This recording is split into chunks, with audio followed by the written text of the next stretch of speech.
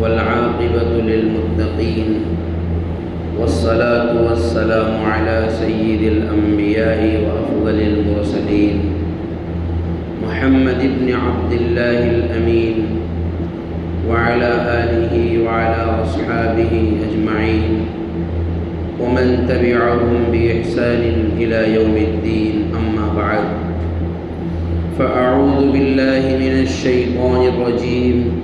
بسم الله الرحمن الرحيم. فلما أسلما وتله للجبين وناديناه أن يا إبراهيم قد صدقت الرؤيا إنا كذلك نجزي المحسنين إن هذا لهو البلاء المبين وفديناه بذبح عظيم وتركنا عليه في الآخرين سلام على إبراهيم كذلك نجزي المحسنين إنه من عبادنا المؤمنين وبشرناه بإسحاق نبيا من الصالحين وباركنا عليه وعلى إسحاق ومن ذريتهما محسن وظالم لنفسه مبين. صدق اللہ العظیم. معزز و محترم دینی بھائیوں اور بزرگوں، اللہ رب ذوالجلال والعزت کا بہت بڑا انعام اور احسان ہے کہ اس باری تعالی نے آج بہت ہی خوشیوں اور رحمتوں والا اور برکتوں والا دن ہم سب کو میسر فرمایا، جس کو ہم عید الاضحیٰ، عید قرباں کے نام سے جانتے ہیں، قربانی کی عید کے نام سے جانتے ہیں۔ رب ذوالجلال اپنے بندوں کو دنیا میں آزمائش اور امتحان کے لیے بھیجتا ہے، اور قرآن کریم میں اللہ تبارک و تعالی نے ارشاد فرمایا، تبارک الذی بیدہ الملک وہو علی کل شیء قدیر۔ بابرکت ہے وہ ذات جس کے قبضے میں دنیا کی ہر چیز کی بادشاہت ہے اور وہ ہر چیز پر قادر ہے۔ الذی خلق الموت والحیات لیبلوکم ایکم احسن عملا۔ جس نے موت اور زندگی کو پیدا کیا، اور موت اور زندگی کے درمیان کی جو تمہاری زندگی ہے، موت اور زندگی کے درمیان کے جو حالات ہیں، فرمایا وہ تمہارا امتحان ہے، تمہاری امتحان گاہ ہے، اور تمہیں یہ دیکھنے کے لیے ہے کہ تم میں سے کون اچھا عمل کر کے اللہ کا قرب حاصل کرتا ہے، اور کون برا عمل کر کے اللہ کی ناراضگی کو دعوت دیتا ہے۔ اللہ تبارک و تعالی اپنے بندوں کو وقتاً فوقتاً، وقفے وقفے سے ایسے اعمال اطاعت کے ان کو دیتا رہتا ہے۔ بندے جب اس پر چلتے ہیں تو اللہ کی خوشنودی کو دعوت دیتے ہیں، اللہ کی رضا کو دعوت دیتے ہیں، اللہ کو راضی کر لیتے ہیں، اور جو بندے نافرمانی کرتے ہیں اللہ تبارک و تعالیٰ کی ناراضگی اور اللہ کا غصہ نازل ہوتا ہے۔ قربانی کے یہ دن اور آج 10 ذوالحجہ جو کہ انتہائی بابرکت اور اللہ سبحانہ و تعالیٰ کے سامنے اپنی محبت، اپنے جذبات، اپنی اطاعت، اپنی فرما برداری کو دکھانے کے لیے اللہ نے اپنے بندوں پر یہ دن عطا فرمایا، اپنے بندوں کو یہ دن میسر فرمایا۔ قربانی در حقیقت اس کا فلسفہ کیا ہے، یہ کس چیز سے وجود میں آئی؟ حضرت ابراہیم علیہ السلام اور حضرت اسماعیل علیہ السلام قربانی دو چیزوں کا نام ہے، ایک محبت دوسرے نمبر پر اطاعت۔ محبت اور اطاعت دونوں چیزیں جب جمع ہوتی ہیں تب قربانی وجود میں آتی ہے۔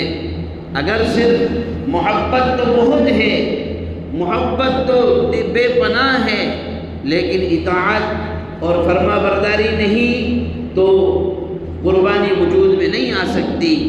اور اگر اطاعت ہے لیکن محبت نہیں، ایک شخص ہے جو زبان سے بڑے دعویٰ کرتا ہے کہ میں اللہ سے محبت کرتا ہوں، اللہ کے رسول سے محبت کرتا ہوں، ہم سے زیادہ محبت کرنے والا کوئی نہیں، اور وہی شخص سنتوں کو پامال کرے، رسول اللہ صلی اللہ علیہ وسلم کے طریقوں کو چھوڑ دے، تو یہ محبت کا دعویٰ جھوٹا ہے۔ ایک شخص محبت نہیں کرتا ہے، اعمال برابر کر رہا ہے، اطاعت برابر کر رہا ہے، نمازیں بھی پڑھ رہا ہے، دوسرے اعمال بھی کر رہا ہے، لیکن یہ سوچ کر کہ ٹھیک ہے اللہ کا فریضہ ہے، اللہ نے کہا ہے تو کرنا پڑے گا، اللہ نے کہہ دیا ہے تو کرے بغیر چارہ نہیں، دل میں عقیدت اور محبت نہیں ہے، تو ظاہر میں یہ تو کہا جا سکتا ہے کہ اس نے نماز پڑھ لی، لیکن یہ گارنٹی نہیں کہ اس کی نماز قبول کر لی گئی، کیونکہ نماز قبول ہوتی ہے اطاعت کے ساتھ ساتھ عقیدت اور محبت کے ساتھ۔ حضرت ابراہیم علیہ السلام اللہ تبارک و تعالیٰ کی محبت اور عقیدت کا پیکر مجسم تھے، کیونکہ اللہ تبارک و تعالیٰ نے ان کے جب امتحانات لیے تو انہوں نے ہر امتحان کو اللہ کی محبت میں خوشی سے قبول کیا، اور ہر امتحان میں اللہ کی محبت میں آگے بڑھتے چلے گئے۔ جب محبتوں کا یہ امتحان حضرت ابراہیم علیہ السلام کی ذات میں مکمل ہوا تو دوسرا امتحان کی دوسری شق اور امتحان کا دوسرا پہلو، قربانی کا دوسرا پہلو وہ اطاعت اور فرما برداری تھی، جو حضرت اسماعیل علیہ السلام کے اندر ڈالی گئی، اور ابراہیم علیہ السلام کی محبت اور اسماعیل علیہ السلام کی اطاعت جب دونوں کا مجموعہ اکٹھا ہوا تب جا کر کے قربانی وجود میں آئی۔ قرآن نے کیا فرمایا؟ فلما اسلما، یاد کرو اس وقت کو جب دونوں باپ بیٹے اللہ تبارک و تعالیٰ کے لیے محبت اور اطاعت میں جھک گئے، اللہ کی محبت اور اطاعت میں دونوں کے دونوں نے اپنے آپ کو اللہ کے حوالے کر دیا۔ وَتَلَّهُ لِلْجَبِينِ، اور ابراہیم نے اسماعیل کو پیشانی کے بل لیٹا دیا، یعنی حضرت ابراہیم علیہ السلام نے خواب دیکھا۔ کیا خواب دیکھا؟ 8 ذی الحجہ کو خواب دیکھا کہ میں اپنے بچے اسماعیل کو ذبح کر رہا ہوں، اور یہ اسماعیل کون ہے؟ یہ وہی ہے جو بڑی منتوں کے بعد، بڑی مرادوں کے بعد، بڑی دعاؤں کے بعد، اللہ سے بڑی امید اور لو لگانے کے بعد 80 سال کی عمر میں، ایک روایت کے مطابق 100 سال کی عمر میں، اور حضرت ابراہیم علیہ السلام کی بیوی حضرت اسماعیل کی والدہ، ان کی عمر بھی 80 سال، ایک قول کے مطابق ان کی عمر 100 سال، اس عمر میں۔ اور کنڈیشن کیا بنی ہوئی ہے؟ جب فرشتے حضرت ابراہیم علیہ السلام کے پاس خوشخبری لے کر کے آئے، اور ابراہیم علیہ السلام کی بیوی نے جب یہ خوشخبری سنی کہ ہمارے یہاں بچہ پیدا ہونے والا ہے، تو وہ تعجب میں کیا کہہ رہی ہے؟ قالت یا ویلتا اَأَلِدُ وَأَنَا عَجُوزٌ وَهَذَا بَعْلِي شَيْخًا إِنَّ هَذَا لَشَيْءٌ عَجِيبٌ۔ ارے یہ کون سا کیس تم لے کر آ گئے؟ فرشتوں سے کہہ رہی ہیں یہ کون سا فرمان لے کر آ گئے؟ میں بڑھاپے میں بچہ جنوں گی، میں بوڑھی ہو گئی، وَأَنَا عَجُوزٌ وَهَذَا بَعْلِي، اور یہ میرے شوہر ابراہیم شیخن، یہ تو خود بوڑھے ہو گئے، پھر ہمارے گھر میں تم بچوں کی خوشخبری لے کر کے آ رہے ہو۔ تو اللہ تبارک و تعالی نے کیا فرمایا؟ فرشتوں سے کہا، کہو قالوا اتعجبین من امر اللہ، اللہ کے حکم سے تمہیں تعجب ہو رہا ہے؟ رحمت اللہ وبرکاتہ علیکم اہل البیت، اللہ کی رحمتیں اور اللہ کی برکتیں اے ابراہیم کے گھرانے والوں تمہارے اوپر تو ہمیشہ برستی رہتی ہیں، تو تمہیں تعجب نہیں ہونا چاہیے۔ تو جو بچہ بڑھاپے کا سہارا بن کر کے آیا، اب ابراہیم علیہ السلام نے خواب دیکھا کہ میں اسی کو ذبح کر رہا ہوں۔ پہلے دن جب خواب دیکھا 8 ذی الحجہ کو، جس کو ہماری اصطلاح میں، حاجیوں کی اصطلاح میں یوم الترویہ کہا جاتا ہے، تو دن بھر ابراہیم علیہ السلام فکر مند رہے۔ خواب دیکھنے کے بعد دن بھر وہ غمگین رہے، یہ خواب آیا کہاں سے ہے، یہ کیسا ہے، یہ اللہ کی طرف سے ہے کسی اور کی طرف سے ہے، تذبذب میں رہے۔ اسی لیے 8 ذی الحجہ کو یوم الترویہ کہا جاتا ہے، تذبذب والا دن، فکر والا دن، تفکر والا دن، کیونکہ ابراہیم علیہ السلام پورے دن فکر مند رہے کہ یہ خواب کی حقیقت کیا ہے، میں اپنے بیٹے کو ذبح کر رہا ہوں۔ اگلے دن اللہ تبارک و تعالیٰ نے پھر وہی خواب دکھایا، 9 ذی الحجہ کو پھر وہی خواب دکھایا۔ اور 9 ذی الحجہ کو حاجی لوگ کیا کرتے ہیں، کہتے ہیں اس دن کو یوم عرفہ کہا جاتا ہے، اور عرفہ کے معنی جان پہچان کے آتے ہیں، عرفہ کے معنی معرفت کے آتے ہیں، عرفہ کے معنی کھلا اور وضاحت کے آتے ہیں۔ یعنی دوسرے دن اللہ تبارک و تعالیٰ نے اس بات کو پوری طریقے سے وضاحت کروا دی، اس بات کو پوری طریقے سے ابراہیم علیہ السلام کو معرفت حاصل ہو گئی، پہچان حاصل ہو گئی کہ یہ خواب اللہ تبارک و تعالیٰ ہی کی طرف سے آیا ہے، یہ خواب اللہ تبارک و تعالیٰ ہی نے مجھے بتلایا ہے، اب ہو نہ ہو یہ خواب بالکل سچا ہے۔ اور اسی حال میں 2 دن گزر گئے، تیسرے دن پھر ابراہیم علیہ السلام نے وہی خواب دیکھا، تو پھر سمجھ گئے کہ اس خواب کی کوئی تعبیر نہیں ہے، اس لیے کہ خوابوں کی تعبیریں الگ الگ ہوا کرتی ہیں، ہر خواب کی الگ تعبیر ہوتی ہے۔ اگر کوئی اپنے بچے کو خواب میں ذبح کرتے ہوئے دیکھے تو ضروری نہیں کہ اس کی تعبیر وہی ہو کہ حقیقت میں ذبح کرے، کوئی ضروری نہیں ہے، اس کی تعبیر کچھ اور بھی ہو سکتی ہے۔ لیکن جب تیسرے دن حضرت ابراہیم علیہ السلام نے اور دیکھا تو سمجھ گئے اس خواب کی کوئی تعبیر نہیں ہے سوائے اس کے کہ اس کو حقیقت میں بدلا جائے، سوائے اس کے کہ جو خواب میں دیکھا ہے اسی بات کو حقیقت میں کیا جائے۔ پھر اللہ تبارک و تعالی حضرت ابراہیم علیہ السلام کو براہ راست حکم بھی تو دے سکتے تھے، اور پہلے ہی دن کہتے تھے کہ 10 تاریخ کو 10 ذی الحجہ کو مینا میں لے جا کر کے بچے کو ذبح کرنا ہے، یہ بھی تو ہو سکتا تھا، لیکن نہیں، خواب کے ذریعے سے ابراہیم علیہ السلام کی محبتوں کا امتحان مقصود تھا۔ اور پھر اس کے بعد ابراہیم علیہ السلام نے اپنے بیٹے اسماعیل کی اطاعت کا امتحان 10 تاریخ کو لیا کہ میرے بیٹے میں نے یہ دیکھا ہے، میں تجھے ذبح کر رہا ہوں، فانظر ماذا ترى، بتاؤ تمہاری کیا رائے ہے۔ اللہ، بچہ بھی کوئی رائے لینے کی چیز ہے؟ 10 سال کا بچہ کوئی اس سے مشورہ کرنے کی چیز ہے؟ ہونا تو یہ چاہیے تھا کہ ابراہیم علیہ السلام پکڑ کر لے جاتے اور کہا چلو میں نے ایسا خواب دیکھا ہے اور میں یہ کام کر کے رہوں گا، نہیں، بلکہ دنیا والوں کو یہ بتانا تھا کہ ابراہیم اگر محبتوں کا پیکر ہے تو اسماعیل بھی اطاعت اور فرما برداری کا مجسم ہے۔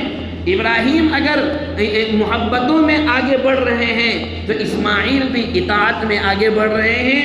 اللہ سبحانہ و تعالی نے اسی لیے فرمایا وَنَادَيْنَاهُ أَن يَا إِبْرَاهِيمُ، جب ابراہیم علیہ السلام اپنے بچے کو لے کر چھری چلا دی، انہوں نے جو کرنا تھا کر لیا، وہ چلی نہیں الگ چیز ہے، لیکن اللہ سبحانہ و تعالی نے کیا فرمایا قَدْ صَدَّقْتَ الرُّؤْيَا، تم نے اپنے خواب کو سچا کر دکھایا، جو ہم نے تم کو خواب میں دکھایا تھا اس کو تم نے حقیقت میں کر دیا، جبکہ ہوا نہیں ہے، لیکن اللہ نے فرمایا کہ تو نے کر دیا، اس لیے کہ ذبح اس کو بھی نہیں کروانا تھا، صرف تیری محبت کا امتحان اور اس کی اطاعت کا امتحان لینا تھا۔